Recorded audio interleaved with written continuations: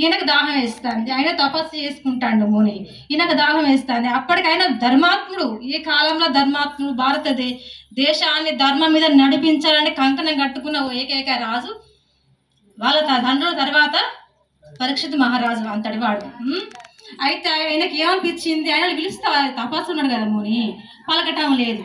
కానీ ఒక్క గడియే కలి సోకి ఆయనకు బుద్ధి పుట్టిందట, పక్కనైనా పలుకుతలేడు కదా అని చెప్పేసి పాము, చచ్చిపోయిన పాము ఉంటే ఆయన మెళ్ళు వేసిండట పరీక్షిత్ మహారాజు.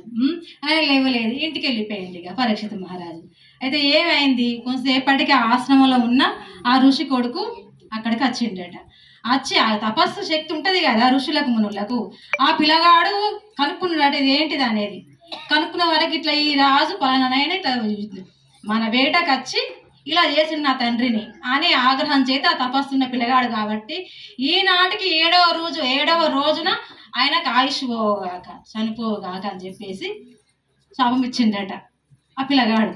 ఈ తండ్రి ఋషి లేచిన తర్వాత ఈ ఆయనకు ఆ క్షణం, కొడుకు ఇచ్చిన క్షణం ఆయనకు కూడా మాననేత్రం తెలుసుకొని గుర్తుకొచ్చిందట ఇడేమో జరిగిందని. తెలుసుకున్న తర్వాత ఆయనకు వచ్చి ఎంత పని చేసినవరా కొడుకు నువ్వు, పరీక్షిత్ మహారాజు అంటే ఎంత తోడరా, ఈ కలియుగంలో ధర్మాన్ని నిలబెట్టేవాడే ఆయనే, ఆయనకు శాపం ఇచ్చేంత వాళ్ళమారా మనం ఎంత, మనది లెక్క ఎంత కొడుక, ఎంత తపస్సు చేసినా ఆయన అంత కాదు మనం అని బాధ చెంది రాజ్యానికి, ఆయన పరీక్షిత్ మహారాజు సభలో ఉండగా ఆయన రాజ్యానికి పోయి అక్కడ పరీక్షిత్ మహారాజా, అక్కడ దుర్వాస ముని, వేదవ్యాసులు అందరూ ఉన్నారు కదా, గిట్లా జరిగింది గిది జరిగిందని అంటే ఆయన ఉన్న 7 రోజులు భయం, ఆయన ఆయుష్ 7 రోజులు అని భయపడలేదట. కానీ ఉన్న ఈ 7 రోజులలో నేను ఏం చేయాలి, ధర్మం కలియుగం రాను ఇంకా పాపాలు లేకుండా ఏం చేయాలి నేను, ఇప్పటికి కలి ప్రభావం వల్ల ఆయన ఆ విధంగా వేసిండు. కానీ ఆయన అది కాదు, ఏం చేయాలంటే భాగవతం ఈ 7 రోజులు భాగవతం వినాల చెప్పియాలని ఆలోచన వచ్చిందట. సరస్వతి నది తీరానికి పోయి ఆయన ఆడ కూర్చుంటే మరి ఎవరు చెప్పాలని అప్పుడు ఆలోచిస్తే సుఖ మహర్షి. ఇది ఒక చిన్న ఆవగిందంటే నాకు పెద్దగా ఏం తెలియదు, నేను ఒక 4-5 సంవత్సరాలు ప్రతిరోజు చూసిన భాగవతం, అందులో కొంచెం ఆయన సుఖ మహర్షి 7 రోజులు బాగా చెప్పిండట. అయితే ఆయన ఏం చెప్పిండు, ఈ కాలంలో ఏం లేదు, నువ్వు పూజలు వ్రతాలు ఇవన్నిటికన్నా భగవంతుడు నామం ఒక్కటే. ఈ కలిపురుషుడు ఎలా ఉంటాడు, వాడు ఎంత ఘోరంగా ఉన్నాడంటే నెత్తిర పోసుకొని అఘోరులాగా వాడు, మనం చెప్పలేము, మన ఈ ఆడవాళ్ళం నాలుక బయట పెట్టుకొని వాడు అంగం చేత పట్టుకొని అంత వికారంగా మద్యము, మాంసము, మగువ ఇలాంటి స్థానాలు ఎక్కడ ఉంటే వాడు అక్కడ ఉంటాడట.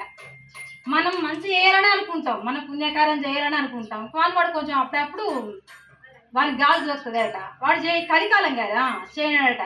మనం ఏం పట్టుకోవాలి, అటు పోకుండా మనం ఏం పట్టుకోవాలి, భగవంతుడి నామం, శ్రీకృష్ణ నామం, శివుని నామం, ఇవి పట్టుకుంటేనే మనం అటు పోకుండా ఉంటామని శ్రీకృష్ణ భగవానుడు ఈ కలియుగంలో మనకిచ్చిన వరం.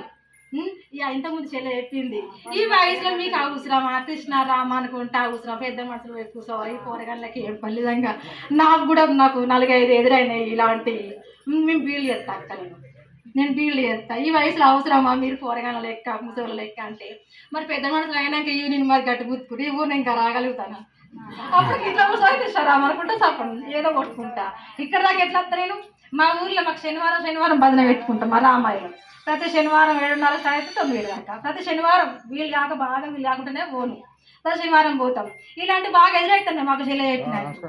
ఏమని అనుకోని రామ్ మీ మధ్య ఒక ఆయన అన్నాడు, ఏమే రామ అంటా పిసిదాన్ని అంటలేక తనకేను నాకు ఎలా పిస్తుంది కదా, ఈ అన్ని పిసలు ప్రపంచం మీద ఎన్నో పిసలు ఉన్నాయి, మంచిగా ప్రపంచం. మద్యం మాంసకు ఉన్నంత విలువ దేనికి లేదు, మంచి దానికి లేదు, ధర్మానికి లేదు. ఒక విషయం కూడా అలా ఏకాదశి వ్రతం జరుగుతుంది, రాయరు అంటే మీకేం పని, వాళ్ళకి అట్లా తిరిగిపోతారు, ఇవన్నీ అనబడుతున్నాయి. ఇది అందులో ఏముంది, అందులో అమృతం ఉంది, హరే రామ హరే కృష్ణ అంటే ఇలా అమృతం ఉంది, అది లోతుగా వేయనట్టుగా తెలుస్తుంది. నీకేం తెలుసు అది నీకు తెలియదు కదా, ఒక మైకం అది కాదు, లోకం మీద ఉన్న పిచ్చి మైకాల కానీ మైక నయం కదా, ఇది పుణ్యం, ఇది ధర్మం, దీనిలో వస్తే ఇది మనం తరిస్తాం కదా, అవన్నిటికీ ఇది నయం కదా. పర్వాలేదు ఉంటలో మనం లేడంలో భగవంతుడు మనం ఉన్నంతనే పూజ చేసుకోవాలి, మనకు ఉన్నంతనే మనం మొక్కాలి. కానీ ఏం పట్టుకో, నామం పట్టుకో, భగవంతుడు నామే పట్టుకో, ఎవరు ఏమన్నా పర్వాలేదు, ఇదే పట్టుకో. జై శ్రీరామ్.